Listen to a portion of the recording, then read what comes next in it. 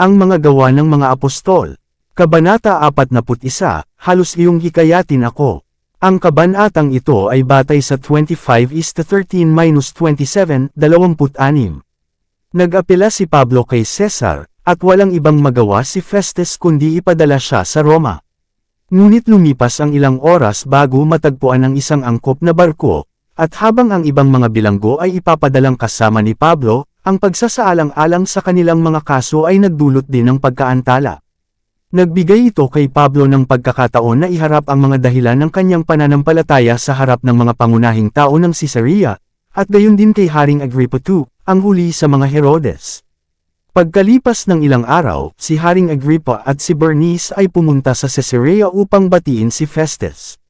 At nang sila'y matira doon ng maraming araw, ay ipinahayag ni Festo sa hari ang tungkol kay Pablo, na sinasabi, may isang lalaking iniwan na nakagapos ni Felix, na tungkol sa kanya, nang ako'y nasa Jerusalem, ay ipinaalam sa akin ng mga punong saserdote at ng matatanda ng mga Hudyo, na nagnanais na magkaroon ng paghatol laban sa kanya. Binalangkas niya ang mga pangyayari na humantong sa pag-apela ng bilanggo kay Cesar, na nagkwento tungkol sa kamakailang paglilitis kay Pablo sa harap niya, at sinabi na ang mga Hudyo ay hindi nagdala laban kay Pablo ng paratang na gaya ng inaakala niyang dadalhin nila, ngunit, ilang mga katanungan, sariling pamahiin, at ng isang Jesus, na namatay, na pinatunayan ni Pablo na buhay. Habang isinalaysay ni Festus ang kanyang kwento, naging interesado si Agrippa at sinabi, ako rin mismo ang makikinig sa lalaki. Kasuwato ng kanyang nais, isang pulong ang isinaayos para sa susunod na araw. At nang kinabukasan, nang dumating si Agrippa, at si Bernice, na may dakilang karangyan, at pumasok sa dako ng pagdinig, kasama ng mga punong kapitan, at mga puno ng bayan, sa utos ni Festo ay inilabas si Pablo. Bilang parangal sa kanyang mga bisita, sinikap ni Festus na gawin itong isang okasyon ng kahangahangang pagpapakita. Ang mayayamang damit ng procurator at ng kanyang mga panauhin, ang mga espada ng mga kawal, at ang kumikinang na baluti ng kanilang mga commander, ay nagpahiram ng ningning sa tanawin. At ngayon si Paul, na may hawak pa rin, ay nakatayo sa harap ng nagtitipon na grupo. Anong laking kaibahan ang ipinakita rito? Sina Agrippa at Bernice ay nagtataglay ng kapangyarihan at posisyon, at dahil dito sila ay pinaburan ng mundo. Ngunit sila ay nawalan ng mga katangian ng pagkatao na pinahahalagahan ng Diyos. Sila ay mga lumabag sa kanyang batas, bulok sa puso at buhay. Ang kanilang pagkilos ay kinasusuklaman ng langit. Ang matandang bilanggo, na nakadina sa kanyang bantay na sundalo, sa kanyang itsura ay walang anuman na haantong sa mundo na magbigay-pugay sa kanya. Ngunit sa taong ito, tila walang kaibigan o kayamanan o posisyon, at nakakulong dahil sa kanyang pananampalataya sa anak ng Diyos, ang buong langit ay interesado. Ang mga anghel ang kanyang mga katulong. Kung ang kaluwalhatian ng isa sa mga nagniningning na mensahero ay sumikat, ang karangyan at pagmamataas ng maharlika ay namutla, hari at mga kortir ay nataman sa lupa, tulad ng mga Romanong bantay sa libingan ni Kristo. Iniharap mismo ni Festo si Pablo sa kapulungan sa pamamagitan ng mga salita, Haring Agrippa, at lahat ng tao na naririto na kasama natin, nakikita ninyo ang taong ito, na tungkol sa kanya ay ginawan ako ng buong karamihan ng mga Hudyo, maging sa Jerusalem, at gayon din dito, umiiyak na hindi na siya dapat mabuhay pa. Datapwat ng aking masumpungan na siya'y walang nagawang karapat-dapat sa kamatayan, at na siya rin ay umapela kay Augusto, ay ipinasya kung ipadala siya.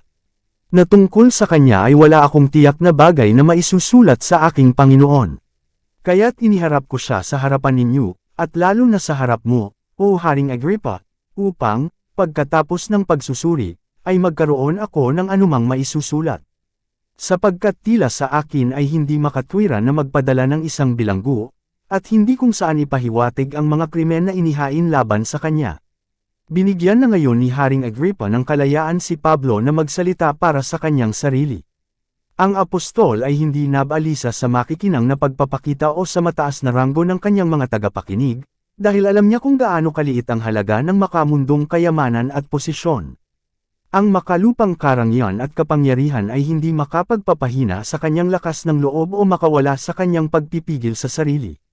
Sa palagay ko ay masaya ako, Haring Agrippa, ang sabi niya, sapagkat sasagutin ko ang aking sarili sa araw na ito sa harap mo tungkol sa lahat ng bagay na aking inaakusahan ng mga Hudyo, lalo na dahil alam kong dalubhasa ka sa lahat ng mga kaugalian at mga tanong na ay kabilang sa mga Hudyo, kaya't ipinamamanhik ko sa iyo na pakinggan mo ako ng may pagtitiis. Isinalaysay ni Pablo ang kwento ng kanyang pagbabalik loob mula sa matigas na kawalan ng pananampalataya tungo sa pananampalataya kay Jesus ng Nazareth bilang manunubos ng mundo. Inilarawan niya ang makalangit na pangitain na noong una ay pumuno sa kanya ng hindi masabi na sindek, ngunit pagkatapos ay napatunayang pinagmumulan ng pinakadakilang kaliwan, isang paghahayag ng banal na kaluwalhatian. Sa gitna nito ay nakaupo sa trono siya na kanyang hinamak at kiniputan, na ang mga tagasunod, siya pa nga noon ay naghahangad na sirain. Mula sa oras na iyon si Pablo ay naging isang bagong tao, isang taos puso at same time na mananampalataya kay Jesus, ginawa iyon sa pamamagitan ng pagbabago ng awa.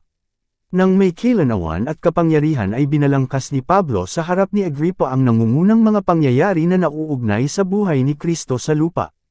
Siya ay nagpatotoo na ang Mesiyas ng propesya ay nagpakita na sa katauhan ni Jesus ng Nazareth.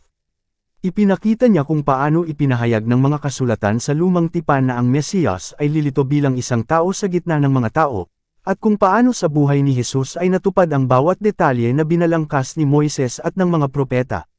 Para sa layuning tabyusan ang nawawalang mundo, ang banal na anak ng Diyos ay nagtiis sa krus, hinamak ang kahihiyan, at umakyat sa langit na matagumpay sa kamatayan at libingan. Bakit, ang katwiran ni Pablo, ay tila hindi kapanipaniwala na si Kristo ay bumangon mula sa mga patay. Sa sandaling ito ay tila sa kanya, ngunit paano siya hindi makapaniwala sa kanyang nakita at narinig? Sa pintuang daan ng Damasco ay tunay niyang tiningnan ang ipinako sa krus at muling nabuhay na Kristo, ang siya ring lumakad sa mga lansangan ng Jerusalem, namatay sa Kalbaryo, pinutol ang mga gapos ng kamatayan, at umakyat sa langit. Katotohanang tulad ni Cephas, Santiago, Juan, o sinumang iba pa sa mga disipulo, nakita at nakipag-usap siya sa kanya. Inutusan siya ng tinig na ipahayag ang ebanghelyo ng muling nabuhay na tagapagligtas, at paano siya makakasuway. Sa Damascus, sa Jerusalem, sa buong Judea, at sa malayong mga rehiyon, nagpatotoo siya tungkol kay Jesus na ipinako sa krus, na ipinakita sa lahat ng uri, na sila ay dapat magsisi at magbalik loob sa Diyos, at gumawa ng mga gawang nararapat sa pagsisisi. Dahil sa mga kadahilanang ito, ang pahayag ng apostol, nahuli ako ng mga Hudyo sa templo, at pinagsikapang patayin ako. Kaya't sa paggamit ng tulong ng Diyos, ako ay nagpapatuloy hanggang sa araw na ito, na nagpapatotoo sa maliliit at sa malalaki, na walang ibang sinasabi kundi yaong mga sinabi ng mga propeta at ni Moises na darating, na si Kristo ay dapat magdusa, at na siya ang unang dapat bumangon mula sa mga patay, at dapat magpakita ng liwanag sa mga tao, at sa mga Gentil. Ang buong grupo ay nabighani sa salaysay ni Paul tungkol sa kanyang magagandang karanasan. Pinag-iisipan ng apostol ang kanyang paboritong tema. Walang sinumang nakarinig sa kanya ang maaaring magduda sa kanyang sinseridad. Ngunit sa buong agos ng kanyang mapanghikayat na kahusayan sa pagsasalita ay pinutol siya ni Festo, na sumigaw, "Pablo, sira ka, maraming pagkatuto ang nagpapabaliw sa iyo." Sumagot ang apostol, "Hindi ako baliw, pinakamarangal na Festo, ngunit magsalita ng mga salita ng katotohanan at kahinahunan. Sapagkat nalalaman ng hari ang mga bagay na ito, na sa harap niya'y nagsasalita naman ako ng malaya, sapagkat ako'y naniniwala na wala sa mga bagay na ito ang nalilihim sa kanya, sapagkat ang bagay na ito ay hindi ginawa sa isang sulok." Pagkatapos, bumaling kay Agripa, tuwirang hinarap niya ito, "Haring Agripa, naniniwala ka ba sa mga propeta?"